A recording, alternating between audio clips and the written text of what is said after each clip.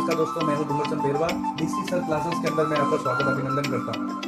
Channel को subscribe और share जरूर करें, लाइक जरूर करें। आज का जो टॉपिक है वो पदार्थ के ऊपर ही है, लेकिन पदार्थ के अंदर पदार्थ के अवस्थाओं के बारे में। पदार्थ की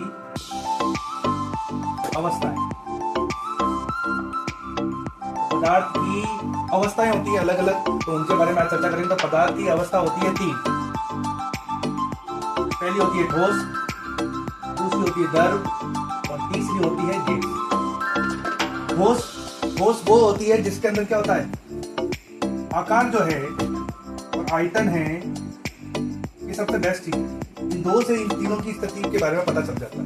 तो हम बात करते हैं ठोस की। तो ठोस आकार में कैसा होता है, तो जैसे कि ये मार्कर पेन है, तो मार्कर पेन इसको कहीं से भी दबाते हैं, ठोस के कणों का स्पेस है वो बहुत कम है और ठोस अवस्था में है, यानी सॉलिड भट्टे जैसी स्थिति है। तो ये इसका आकार कैसा है, निश्चित है।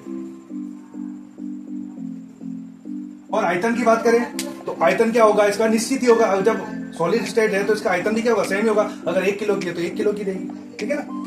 तो आकार भी क्या है, निश्चित, आयतन भी निश्चित और आकार भी। अब बात करते हैं द्रव की। तो द्रव की जब हम बात करते हैं, द्रव यानी लिक्विड फॉर्म में होता है, तरल पदार्थ के अंदर होता है। तो द्रव यानी आकार कैसा होगा। अब द्रव की जब बात करें तो 1 लीटर,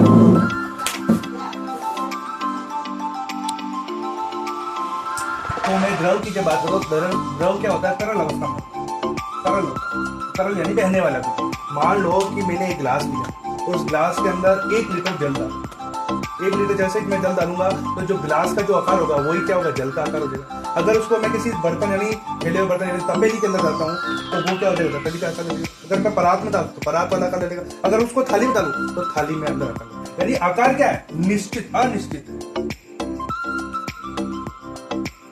अब आयतन की बात करें तो मैंने कितना लीटर लिया था, 1 लीटर। तो 1 लीटर को किसी में भी अवस्था में परिवर्तन करेंगे तो 1 लीटर ही रहेगा। तो इसलिए आयतन क्या रहेगा, निश्चित। इसी तरह से बात करें अब गैस की, यानी वेपराइजेशन, यानी कि हवा के अंदर होती है। गैस कैसे होती है, हाइड्रोजन हो सकती है, ऑक्सीजन हो सकती है। अभी अपने कमरे के अंदर है, ठीक है ना। तो गैस क्या होती है, आकार क्या होगा, तो उसका कण जो है दूर दूर रहेंगे। अभी कोई व्यक्ति अगर तंबाकू सहन कर रहा है या बीड़ी फीक रहा है या फिर सिगरेट फूक रहा है या कोई घर के अंदर चाय बन रही है तो उसकी सुगंध हमारे तक पहुंच जाती है। तो इसके कण क्या होता है, एक स्थान से दूसरे स्थान तक आसानी से ट्रेवल कर लेते हैं। तो गैस क्या है, इसका आकार क्या होता है, अनिश्चित। आकार भी अनिश्चित होता है और आयतन भी अनिश्चित।